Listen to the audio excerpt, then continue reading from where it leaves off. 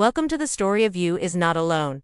The world felt like it was made of glass, fragile, and ready to shatter at any moment. That's how 11-year-old Jace felt after his mother passed away. He and his father moved to a new town, far away from everything familiar. The new house was quiet. Too quiet.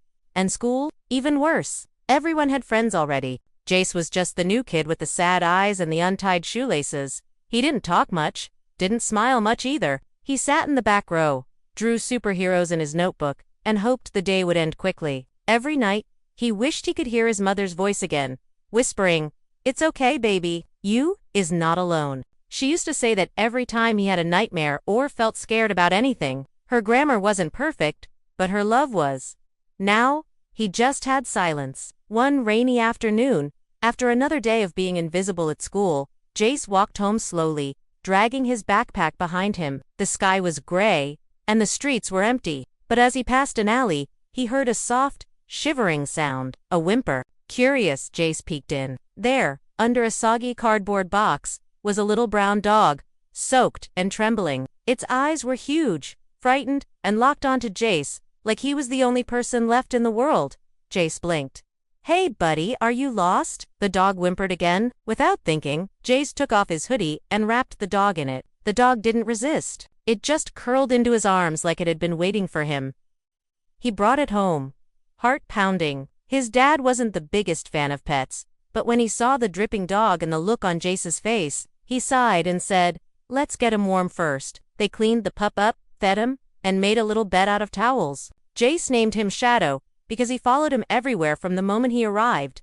Something shifted after that. Jace still had rough days, but they didn't feel quite as heavy. At school, people started noticing him not just as the quiet kid, but the boy with the cool dog who waited by the gate every day. A girl named Mina asked if she could pet Shadow. Then a boy named Theo said he liked Jace's superhero drawings.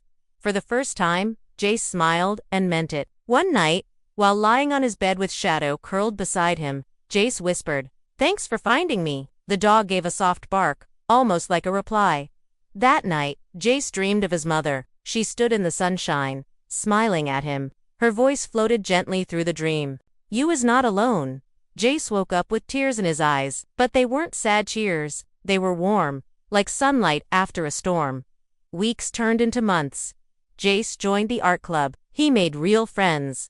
He even laughed, sometimes really laughed. Shadow grew stronger, healthier, and never left Jace's side. Wherever Jace went, Shadow was there, his protector, his silent promise that he'd never be alone again. One day, during show and tell, Jace brought a drawing he had made. A little boy, a brave dog, and a glowing figure watching from the sky. "This is my story," he said softly to the class. "Sometimes, we feel like no one sees us, but even when it feels like that, someone or something will find you. A person, a friend, a dog, or even a memory. You just have to hold on, because you is not alone."